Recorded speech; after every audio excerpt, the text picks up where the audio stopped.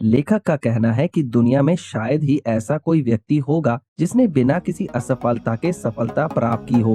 स्वागत है आप सभी का अब चैनल में, जहां पर आप देख सकते हैं कंप्लीट बुक समरीज। आज का ये video best selling author Jeff Keller की किताब एटीट्यूड इज एवरीथिंग पर आधारित है। दोस्तों, क्या आपको काम पर जाने का मन नहीं करता? क्या आप थके हुए, निराश और असहाय महसूस करते हैं? क्या आप जीवन में हार मान चुके हैं और अपने सपनों को छोड़ चुके हैं? तो आज का हमारा ये वीडियो आपके लिए है। इस वीडियो में हम जानेंगे कि कैसे एक सफल और खुशहाल जीवन की शुरुआत आपके एटीट्यूड से होती है और आप कभी भी अपने एटीट्यूड को कंट्रोल कर सकते हैं और उसे बदल सकते हैं, चाहे आपका एटीट्यूड पॉजिटिव हो या नेगेटिव। जेफ केलर की ये किताब आपको बताएगी कि आप कैसे अपने सही एटीट्यूड के जरिए मनचाही सफलता पा सकते हैं और कैसे आप अपनी पर्सनल और प्रोफेशनल जीवन को बेहतर बना सकते हैं। इस वीडियो के अंत में मैं बताए गए सभी महत्वपूर्ण बातों को संक्षिप्त में दोबारा दोहरा दूंगा ताकि इस वीडियो में बताई गई बातें आपको आसानी से याद रहें।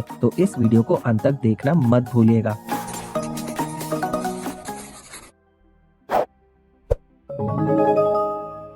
The night that changed my life. लेखक जेफ केलर 1980 में लॉ स्कूल से वकालत पास करने के बाद कई सालों तक वकालत का काम करते रहे, लेकिन अपने लॉ के करियर में उनको परेशानियां आ रही थीं और वे अपने जीवन से बिल्कुल खुश नहीं थे। कोर्ट में चलने वाली लंबी प्रक्रिया और वकीलों की झूठी दलीलों के कारण वे अक्सर परेशान रहा करते थे। उन्हें ऐसा लग रहा था जैसे उनकी आत्मा मर चुकी हो और वे कई सारी स्वास्थ्य संबंधी समस्याओं से भी गुजर रहे थे। एक दिन रात के 1 बजे वह यूं ही टीवी देख रहे थे, तभी चैनल बदलते वक्त उनकी नजर एक प्रोग्राम पर पड़ी। इस प्रोग्राम का नाम था द मेंटल बैंक। यह घर पर ही किया जाने वाला एक कोर्स था जिसमें बताया गया था कि अपनी सोच और अपने बिलीफ को बदलकर हम जीवन में सब कुछ हासिल कर सकते हैं। लेखक जेफ केलर को यह प्रोग्राम बहुत आकर्षक लगा और उन्होंने कोर्स का ऑर्डर दे दिया। इस कोर्स को करने के बाद लेखक का अपने जीवन को देखने का नजरिया पूरी तरह से बदल गया। उनके अंदर जैसे एक नई ऊर्जा का संचार हो गया।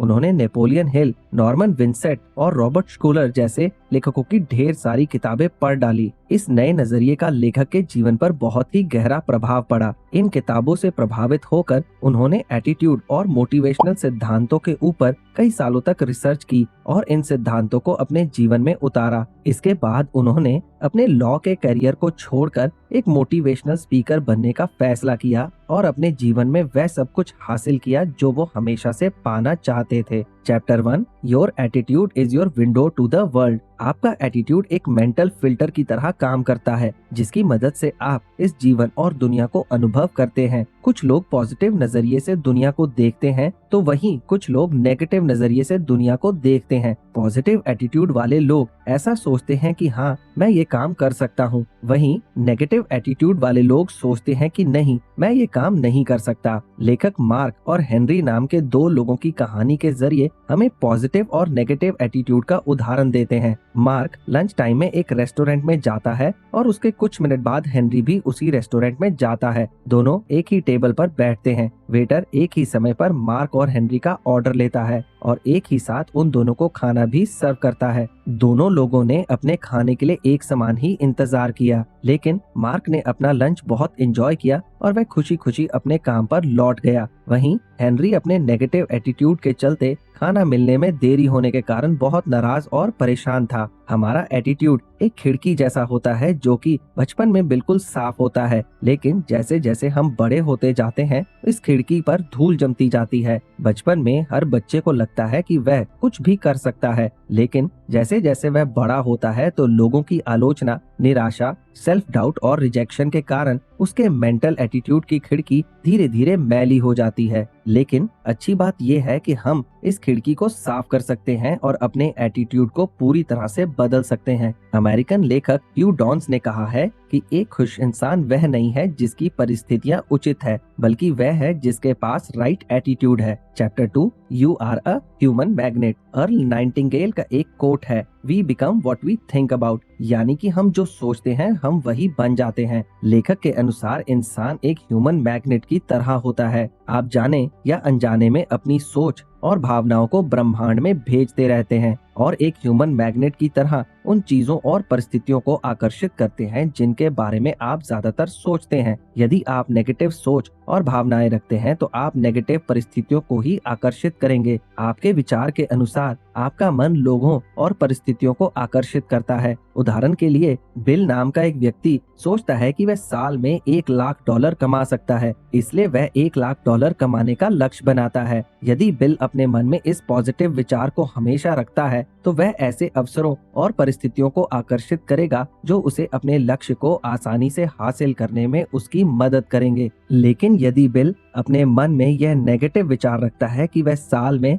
$1,00,000 नहीं कमा सकता तो वह कभी भी अपने लक्ष्य को प्राप्त नहीं कर पाएगा। लेखक का कहना है कि आपके पुराने विचार ही आपको वहां तक लाए हैं जहां आप आज हैं, और आपके विचार ही यह सुनिश्चित करेंगे कि आप भविष्य में क्या करेंगे। प्राचीन रोमन कवि विर्जिल का कहना है कि लोग कोई भी काम तभी कर सकते हैं जब वह ऐसा सोचते हैं कि वह ऐसा कर सकते हैं। Chapter 3 picture your way to success. Famous singer Celine Dion से जब इंटरव्यू में पूछा गया कि क्या उन्होंने कभी सोचा था कि वह एक मशहूर सिंगर बनेंगी और हजारों लोग उनका कॉन्सर्ट देखने आएंगे, सिंगर सिलीन डियोन ने कहा, इसमें से कोई भी बात उन्हें आश्चर्यजनक नहीं लगती है, क्योंकि वह 5 वर्ष की उम्र से ही अपने मन में इस प्रकार के चित्र बना रही थी। सपनों को हकीकत में बदलने के लिए विजुअलाइजेशन की प्रक्रिया बहुत कारगर होती है। दुर्भाग्यवश हम में से ज्यादातर लोग अपने मन में नेगेटिव चीजों और परिस्थितियों का चित्र बनाते रहते हैं, जिससे हमारे जीवन में दुख और परेशानियां आती हैं। विजुअलाइजेशन वह प्रक्रिया है जिसकी सहायता से हम अपनी मनचाही चीजों का चित्र अपने मन में बनाते हैं। इस प्रक्रिया की मदद से आप यह निश्चित कर सकते हैं कि आप किस प्रकार के संबंध चाहते हैं, आप जीवन में कितनी सफलता पाना चाहते हैं और कितने पैसे कमाना चाहते हैं। सन 1990 में कॉमेडियन जिम कैरी जब एक साधारण इंसान थे, तब उन्होंने अपने नाम $10 मिलियन का एक चेक लिखा और यह सुनिश्चित किया कि 5 साल के अंदर अपनी एक्टिंग के जरिए वह यह पैसा कमा लेंगे। जिम कैरी हमेशा इस चेक को देखकर यह विजुअलाइज किया करते थे कि उन्होंने अपना लक्ष्य प्राप्त कर लिया है और इस चेक में लिखी धनराशि उनके पास है। सन 1994 में जिम कैरी की फिल्म डम डम्बर रिलीज हुई और उन्हें अपनी एक्टिंग के लिए $10 मिलियन का चेक मिला। विजुअलाइजेशन की प्रक्रिया आपके सफलता की राह को और आसान बना देती है। Chapter 4 make a commitment and you will move mountains. लेखक के अनुसार जो लोग अपने लक्ष्य के प्रति पूरी तरह से कमिटेड अर्थात समर्पित रहते हैं, उनके लिए सफलता के दरवाजे अपने आप खुल जाते हैं। उदाहरण के लिए डेविड बाल्डाची एक बहुत बड़े उपन्यासकार बनना चाहते थे, लेकिन उनके पास लिखने का कोई खास अनुभव और कुशलता नहीं थी। शुरुआत में कई वर्षों तक वह एक नावल को भी पूरा नहीं कर पाए थे। वह हर दिन सुबह होने के साथ ही लिखना शुरू कर देते थे और अपनी लिखने की कुशलता को बढ़ाने की कोशिश करते थे। उन्होंने 10 वर्षों तक प्रयास किया और कुछ नावल लिख डाले, लेकिन इन सब में से वह एक भी पैसा नहीं कमा पाए। लेकिन सन 1996 में उनके एक नावल के ऊपर एब्सोल्यूट पावर नाम की एक फिल्म बनी, जिनके लिए उन्हें लाखों डॉलर की धनराशि प्राप्त हुई। लेखक जेफ केलर कहते हैं कि हमें अपने लक्ष्य को नहीं भूलना चाहिए और उनके प्रति पूरी तरह से समर्पित रहना चाहिए। Chapter 5 turn your problems into opportunities. दोस्तों, जब भी हम किसी समस्या से गुजर रहे होते हैं या हमारे ऊपर कोई विपदा आती है तो हमारे मन में बस इसी तरह के सवाल चलते हैं, जैसे कि यह मेरे साथ ही क्यों हुआ, अब मैं क्या करूंगा, मेरी सभी योजनाएं बर्बाद हो गईं। लेखक कहते हैं कि इस तरह के विचार आना स्वाभाविक है, लेकिन हर समस्या में हमारे पास 2 विकल्प होते हैं। या तो हम समस्या में पूरी तरह डूबकर अपना जीवन बर्बाद कर लें या फिर उस समस्या से सीख लेकर जीवन में आगे बढ़ें। वह कहते हैं कि हमें समस्या को समस्या की तरह ना देखकर एक अवसर की तरह देखना चाहिए। हर समस्या आपको अपने जीवन में बदलाव करना सिखाती है। हालांकि आपको लगता है कि आप समस्या से पीड़ित हैं, लेकिन कभी कभी यह समस्याएं आवश्यक होती हैं जो कि एक ब्लेसिंग अर्थात आशीर्वाद के रूप में हमारे पास आती हैं। Chapter 6 your words blaze a trail. लेखक कहते हैं कि आपके शब्दों में असाधारण शक्ति होती है। आपके शब्द आपका भविष्य उज्जवल भी बना सकते हैं और आपके जीवन को बर्बाद भी कर सकते हैं। वो कहते हैं कि हमारे शब्दों से ही हमारे बिलीफ्स बनते हैं और हमारे बिलीफ्स ही हमारे जीवन को संचालित करते हैं। अपने जीवन को बदलने की शुरुआत उन शब्दों के बदलने से होती है जिनका प्रयोग आप अपनी रोजमर्रा के जीवन में करते हैं, और यह केवल उन शब्दों तक ही सीमित नहीं है जिसे आप साधारण बातचीत में इस्तेमाल करते हैं, बल्कि यह नियम उन शब्दों पर भी लागू होता है जो आप अपने मन में सोचते हैं। उदाहरण के लिए, टॉम को लगता है कि वह सेल्स का काम अच्छी तरह से नहीं कर सकता। टॉम पूरे दिन सैकड़ों या लगभग हजारों बार अपने मन में यह सोच दोहराता रहता है, और धीरे धीरे उसका यह विश्वास बन जाता है कि वह सेल्स का काम अच्छे तरीके से नहीं कर सकता। अपनी सोच के कारण टॉम अपने सेल्स करियर में असफल हो जाता है, और इसलिए टॉम कभी भी पर्याप्त धन नहीं कमा पाता। लेखक कहते हैं कि आपकी सोच से ही आपके शब्द बनते हैं, और आपके शब्द आपका विश्वास बन जाते हैं, जो ये निर्धारित करता है कि आप जीवन में सफल होंगे या असफल। Chapter 7, how are you. Jeff Keller कहते हैं कि यदि कोई आपसे पूछे कि आप कैसे हैं, तो इसके दो तरह के जवाब हो सकते हैं, पॉजिटिव या नेगेटिव। आप इस सवाल का जवाब बस कुछ ही शब्दों में देते हैं, लेकिन उन शब्दों से आपके एटीट्यूड का पता चल जाता है। अगर आप यह कहते हैं कि आप अच्छे नहीं हैं या अच्छा महसूस नहीं कर रहे हैं, तो आपके अंदर और ज्यादा नेगेटिव ऊर्जा बढ़ जाती है,